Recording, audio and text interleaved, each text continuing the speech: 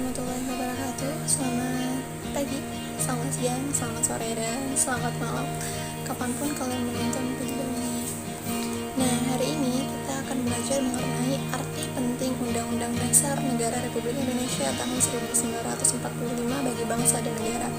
Kalian bisa buka buku pegangan siswa yang ini, kelas 7, semester 1. Itu subbab B ada di halaman 71 sampai dengan 73. Itu membahas mengenai arti penting Undang-Undang Dasar tahun 1945 bagi bangsa dan negara.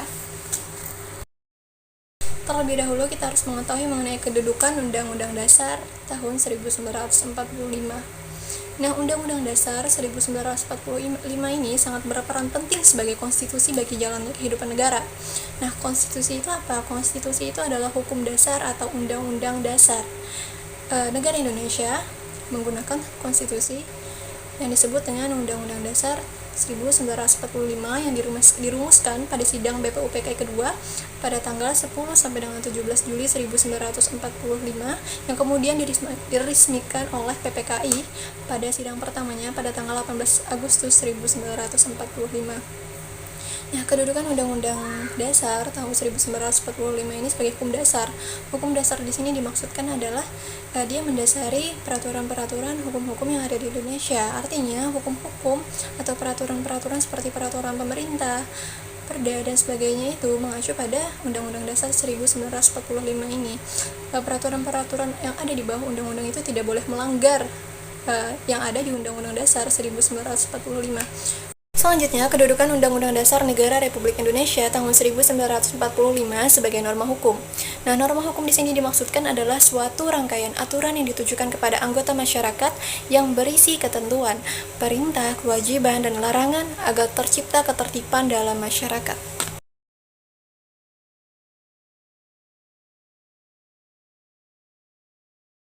Tentu penting kehadiran Undang-Undang Dasar tahun 1945 ini sebagai hukum dasar, sebagai aturan yang mendasari peraturan-peraturan di bawahnya. Nah, tentunya seandainya jika tidak ada Undang-Undang Dasar yang mendasari aturan-aturan, tentu tidak akan terjadi ketertiban, akan terjadi kekacauan karena tidak ada pedoman.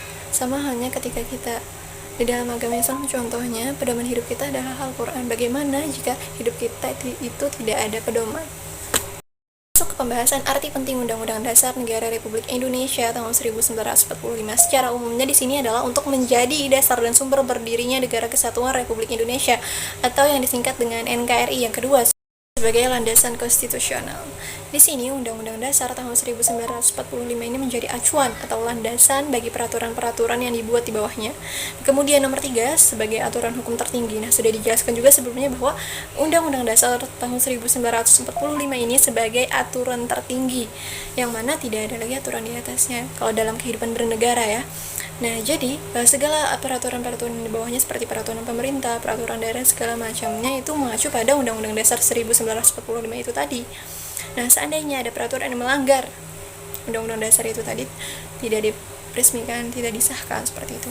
Nah, kemudian salah satu pilar kebangsaan selain Pancasila, NKRI, dan Bhinneka Tunggal Ika. Ini kita pisahkan arti penting Undang-Undang Dasar Negara Republik Indonesia tahun 1945 bagi warga negara dan bagi bangsa dan negara secara luas.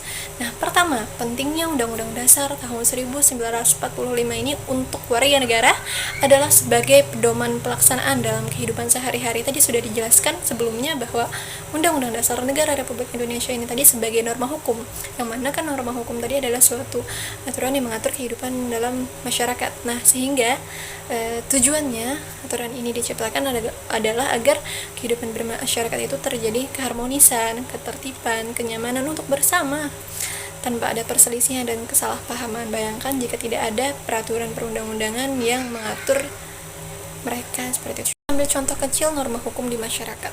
Nah, contoh norma hukum di masyarakat itu adalah seperti peraturan berlalu lintas. Tentunya peraturan berlalu lintas itu mengacu pada Undang-Undang Dasar Negara Republik Indonesia tahun 1945.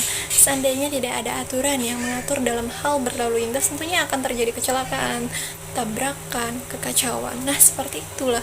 Makanya aturan ini dibuat untuk mengatur masyarakat agar terjadi dan terjalin keharmonisan, untuk kenyamanan bersama, untuk ketertiban bersama, agar tidak terjadi perselisihan dan tidak terjadi kesalahpahaman. Kemudian, pentingnya Undang-Undang Dasar tahun 1945 ini untuk bangsa dan negara adalah sebagai hukum dasar yang sah dan berlaku. Disahkannya Undang-Undang Dasar tahun 1945 ini sebagai konstitusi negara kita, yaitu negara Indonesia, itu pada sidang PPKI pertama pada tanggal 18 Agustus 1945. Pada saat itu PPKI diketuai oleh Insinyur Soekarno, yang kemudian yang poin kedua menjadi acuan dalam pembuatan peraturan-peraturan yang ada di bawahnya. Jadi seperti peraturan daerah, peraturan pemerintah, dan peraturan-peraturan yang di bawah Undang-Undang Dasar Negara Republik Indonesia itu mengacu pada Undang-Undang Dasar tahun 1945. Tidak boleh melanggar yang ada di Undang-Undang Dasar tahun 1945. Nah, UUD 1945 ini merupakan hukum dasar tertulis dan sumber hukum tertinggi. Jadi tidak ada hukum atau aturan yang berada di atas Undang-Undang Dasar 1945 dalam hal bernegara di Indonesia khususnya. Oke, sampai situ. Ada yang ditanyakan boleh di kolom komentar. Sampai sini saja penjelasan dan pembelajaran kita hari ini. Terima kasih. Wassalamualaikum warahmatullahi wabarakatuh.